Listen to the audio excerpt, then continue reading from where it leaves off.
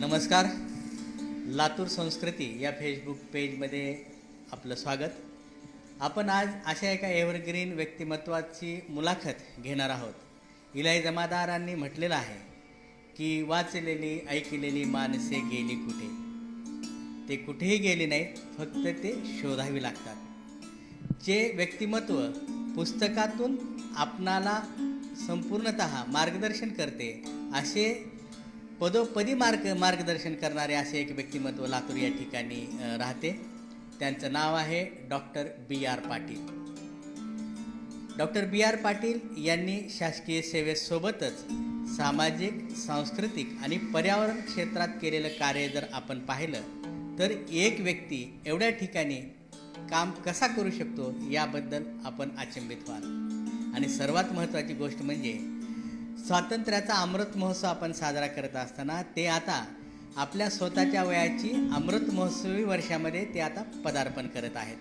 असं व्यक्तिमत्व आपल्या भेटीला घेऊन आम्ही येत आहोत की B.R. पाटील यांची संपूर्णतः कारकीर्द या माध्यमातून आपण जाणून घेण्याचा प्रयत्न करणार आहोत. नमस्कार सर. नमस्कार.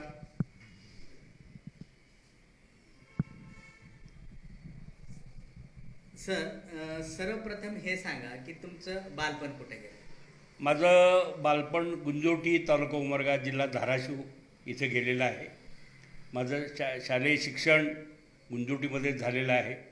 गुंजोटीमध्ये आर्य समाजाचा खूप प्रभाव आहे, त्याचा माझ्या जीवनावर खूप परिणाम झालेला आहे. गुंजोटीतली नामांकित श्रीकृष्ण विद्यालय या संस्थेत माझं शिक्षण झालेलं आहे आणि ते क्रांतिकारकाचं गाव माझं गुंजोटी आहे, हे माझं भाग्यच आहे.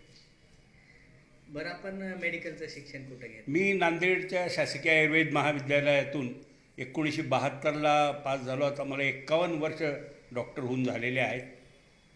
आणि मी डॉक्टर झालो त्यावेळेस वैद्यकीय अधिकाऱ्यांची संख्या फार कमी होती आणि त्यावेळेस BAMS लोकांना लगेच जॉब मिळायचा. तर मी उस्मानाबाद जिल्ह्यामध्ये उजनी, मातोळा, किल्लारी या गावामध्ये माझ्या सेवा दिलेल्या आहेत. आणि त्याच्यानंतर 1978ला माझी राज्य शासनाकडून निवड झाली आणि मग जिल्हा स्तरावर मी बुलढाणा, बीड, सोलापूर, उस्मानाबाद, लातूर आणि सांगली अशा 6 जिल्ह्यामध्ये मी वैद्यकीय अधिकारी म्हणून माझ्या सेवा दिलेल्या आहेत. बरं, 93चा भूकंप झाला त्यावेळेला मी उस्मानाबादमध्ये होतो आणि भूकंपग्रस्त भागामध्ये मी 6 महिने तिथं होतो. माझं घर लातूरला होतं, पण माझं वास्तव्य हे सास्तूरमध्येच होतं. उमरगा तालुक्यामध्ये जी भूकंपग्रस्त गावं आहेत त्या सगळ्या गावांना भेटी देऊन मी तिथं माझ्या सेवा दिलेल्या आहेत. 1986ला उस्मानाबाद येथे नवीन शासकीय आयुर्वेद महाविद्यालय आणि रुग्णालय सुरू करण्याचं शासनानं ठरवलं. माननीय शंकरराव चव्हाण मुख्यमंत्री होते त्यावेळेस माझी तिथं नेमणूक झाली. 10 वर्ष मी त्या संस्थेमध्ये निवासी वैद्यकीय अधिकारी म्हणून त्याची सुरुवात करताना मीच तिथं होतो आणि त्या फार मोठी वास्तू तिथं उभं करण्यामध्ये माझा थोडासा हातभार आहे, हे माझं नशीब आहे. बरं, एवढं योगदान देत असताना एकंदरीत तुम्ही शासकीय नोकरीमध्ये होतात आणि आरोग्यविषयक काम म्हणलं तर पूर्ण वेळ जबाबदारीचं ते कार्य आहे. हे करत असताना आपण सामाजिक बाजू देखील तेवढीच सांभाळलेली आहे. आपण नेमक्या कुठल्या कुठल्या संस्थेसोबत जोडले गेलेले आहात आणि कशा पद्धतीने ते काम पाहतात? सार्वजनिक आरोग्यसेवेतच असल्यामुळं आमचा क्लिनिकलपेक्षा सार्वजनिक आरोग्यसेवेत असल्यामुळं जनसामान्यापर्यंत आमचा संपर्क होता. त्याच्यामुळं वेगवेगळ्या सांगलीसारख्या ठिकाणी काम करत असताना HIV एड्स किंवा तिथं मुलींचं संख्या फार कमी होती. मुलं आणि मुलीमध्ये फार मोठी तफावत होती आणि त्या काळचे माननीय R.R. पाटील हे तर फार व्यथित व्हायचे किंवा हे असं सांगलीच्या बाबतीतच असं कसं आहे. त्यामुळं मी HIV एड्सच्या कामामध्ये या सगळ्या महिलांच्या चळवळीमध्ये मी फार जाणीवपूर्वक काम केलेलं आहे. मी शासकीय सेवेत असतानाच अनेक संस्थांशी मी निगडीत होतो आणि त्याच्यामुळं मी जास्तीत जास्त लोकांपर्यंत पोहोचून लोकांमध्ये जनजागृती करून त्यांना वेगळ्या दिशामध्ये आणून प्रवाहात आणण्याचा मी जाणीवपूर्वक प्रयत्न केलेला. आपण आंतरभारतीसोबत इथं लातूरमध्ये आल्यापासून तर मग आंतरभारतीय आहे. इथलं ज्येष्ठ नागरिक संघाची चळवळ आहे, इथलं वैध प्रतिष्ठान आहे, इथलं जे हास्य मंडळ आहे, इथला रोटरी क्लब आहे रोटरीच्या अनेक पदावर मी काम केलेलं आहे आणि यावर्षी तर मी सहाय्यक प्रांतपाल म्हणून देखील कार्यरत आहे. प्रत्येक ॲक्टिव्हिटीमध्ये व्यक्तिशः संपर्क राहून आम्ही इथं हस्तमंडळामध्ये प्राणायाम योगाचे क्लासेस दररोज बरोबर 5:30 वाजता सुरुवात करतो आणि 7 वाजेपर्यंत रेग्युलर सातत्यानं घेण्याचा माझा प्रयत्न आहे. मी असलो तर मीच ते बहुतेक वेळा कंडक्ट करतो आणि त्याच्यामध्ये सगळे तरुण आहेत, सिनियर आहेत, व्यापारी आहेत, डॉक्टर आहेत, इंजिनियर आहेत, फार व्हरायटी ग्रुप तिथं कार्यरत आहे आणि त्यांच्यामध्ये मिसळत असताना एक वेगळी ऊर्जा एकमेकाला देण्याचं या वयात देखील आम्हाला बळ मिळतं आहे आणि त्याचा आम्ही सातत्यानं आनंद घेतो. आयुष्यामध्ये सगळे सुखाचे क्षण एनकॅश करण्यासाठी आम्ही एकत्र एकमेकाला सपोर्ट करणं ही आता काळाची गरज आहे असं मला वाटते. त्या दृष्टीनं आमचे जाणीवपूर्वक प्रयत्न आहेत. पर्यावरण चळवळीमध्ये तुमचा मोठा सहभाग आहे. वृक्ष लातूरचं जी चळवळ आहे वृक्षाविषयीची त्यामध्ये तुमचा मोठा हो सहभाग आहे. मी इथं जॉईन झालो आणि इतक्या तरुणांबरोबर काम करण्याचा प्रयत्न आला.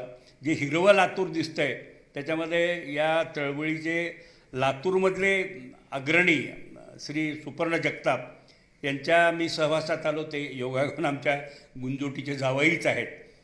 त्याच्यामुळं त्यांच्या बरोबर मी पूर्ण लातूरमध्ये जी हिरवीगार दिसते हिरवं लातूर त्या प्रत्येक झाडाला माझा काही ना काही कारणानं हात लागलेला. मी त्याला लावला असेल, त्याला खत घातलं असेल, पाणी दिलं असेल, त्याच्या बाजूचं गवत काढलं असेल. अशा प्रकारे मी ह्या सगळ्या झाडाची जुडलेलो आहे. हे देखील माझं भाग्य आहे. याच्यामध्ये फार मोठेपणा घेण्याचं काही कारण नाही. पण वृक्ष चळवळ हे पर्यावरणातला शेवटचा भाग आहे. पण हे प्रदूषण रोखण्यासाठी हे AC लाईटचा अधिक वापर, पाण्याचा अधिक वापर, अधिक मांसाहार हे सगळी पर्यावरण बिघडवणारी कारणं आहेत. यासाठी अधिक जनजागरण करणं हे आता फक्त सिनियर सिटीजनना सांगून फायदा नाही. तरुणांना याच्यामध्ये आपण सहभागी करून ही चळवळ फार व्यापक करण्याची गरज आहे. उगी आयत्या फक्त दिवस साजरा करण्यापेक्षा हे वर्ष कसं सादर करता येईल आणि सगळ्यांना याच्यामध्ये या चळवळीत सहभागी कसं करून घेता येईल यासाठी आम्ही प्रयत्न करणं आवश्यक आहे. माननीय सयाजी शिंदे यांची जी चळवळ आहे देवराई, सह्याद्री देवराई, त्याची देखील आम्ही इथं 2-3 शाखाच्या माध्यमातून आम्ही हजारो झाडं लावलेली आहेत. नुसते लावलेली नाहीत, जगवलेली आहेत हे आम्ही मोठं अभिमानानं सांगतो. सुपर्ण जगताप हे सगळ्यामध्ये समन्वय साधून सगळ्यांना गाठून तिकडं ते प्रवाहापथित करतात आणि ही चळवळ हिरवी कशी राहील याच्यासाठी आम्ही जाणीवपूर्वक प्रयत्न करतो. शेवटी हे जगणं एवढं आता सुखकर राहिलेलं नाही. याची जाणीव आपण समाजाला द्यायला पाहिजेत आणि सगळ्याला आपल्याबरोबर संबंधित करून ही चळवळ अधिक व्यापक करण्यासाठी आपण प्रयत्नाची पराकाष्ठा करायला पाहिजे असं मला वाटते. आणि काका दुसरं सांगा की आता या वयात ही तुमची दिनचर्या नेमकी कशी आहे? दिनचर्या म्हणजे आता त्या आंतरभारतीचा एक मी उल्लेख मगाशी टाळला. आंतरभारतीचा मी लातूर जिल्ह्याचा उपाध्यक्ष आहे. अनेक त्यांच्याबरोबर मी माझ्या नशिबानं मी आरे सरांबरोबर देखील मी काम केलेलं आहे. हे करत असताना अनेकांच्या प्रेरणा आहेत. मग जीवनक्रम म्हणजे मी पहाटे 4ला उठतो, 5 वाजता मी घराच्या बाहेर पडतो आणि आमच्या प्राणायामाच्या क्लासला जातो. 5 ते 7 आमचा प्राणायामाचा वर्ग असतो. त्याच्यानंतर घरी 7:30-8पर्यंत पोहोचतो आणि नंतर मग ज्येष्ठ नागरिक संघाचं काम असेल किंवा आमच्या अनेक संस्थाची जिथं निगडीत आहे तिथं आम्ही काम करतो. आणि माझं सगळ्यात माझ्याकडे वाहन नसल्यामुळं मी सतत चालत असतो. माझी 11 नंबरची गाडी आहे, त्याच्यावर माझा प्रवास असल्यामुळं ते एक माझं आरोग्य टिकवण्यासारखं. आणि रोज मी 9-9:30ला झोपतो. त्याच्यामुळं बाकी काही अडचणीचं काही कारण नाही. आणि शेवटी आनंदी राहायला पाहिजे. आनंदी लोकांना ठेवण्यासाठी जाणीवपूर्वक प्रयत्न करायला पाहिजे. तोच सुखाचा मार्ग आहे. आपली निगेटिव्हिटी आपल्याकडे येणारच नाही. सतत पॉझिटिव्ह असणाऱ्या माणसाकडे निगेटिव्हिटी येण्याची शक्यता फार कमी असते. शेवटी आनंदाची डोही, आनंद तरंग हे ह्याच्यापेक्षा काही वेगळं आहे असं नाही. तुकोबांनी त्यावेळेस सांगितलेलं आहे आपल्याला फक्त जगताना तर कसं वापरायचं कौशल्यानं हे आपलं स्किल आहे. त्या दृष्टीनं आपण याच्याकडे अधिक सकारात्मकपणे अतिशय जाणीवपूर्वक पाहणं आवश्यक आहे असं मला वाटतं आहे. आणि सगळ्यांना मी हेच सांगतो, वय हे काय आकडा असतो, 74 काय 75 काय, त्या आकड्याचं फार कौतुक करण्याची देखील गरज नाही. जे आहे प्रत्येक क्षण तुम्ही एन्जॉय करायला पाहिजेत. आणि जो जॉयफुल राहील तो सुखानं जगणार आहे आणि तो इंडेक्स मोजला जातो आहे. त्याच्यामुळे सुखाचं तेच एकमेव साधन आहे. तुमच्याकडे बाकी साधनं काय आहेत त्याची फार महत्त्वाचं नाही असं मला वाटतंय. सर्वात महत्त्वाचं की आजचे जे नवतरुण आहेत की त्यांना तुम्ही काय संदेश द्याल? तरुणांनी आता हे खरं म्हणजे फार दुर्दैवाची गोष्ट आहे की पालकांचं त्यांच्यावर फार पालकाचं एक कुटुंबाची एक रूपता असते. एकत्र आम्ही कंपल्सरी एकदा जेवायला पाहिजे, आईवडिलांच्या संपर्कात राहायला पाहिजे.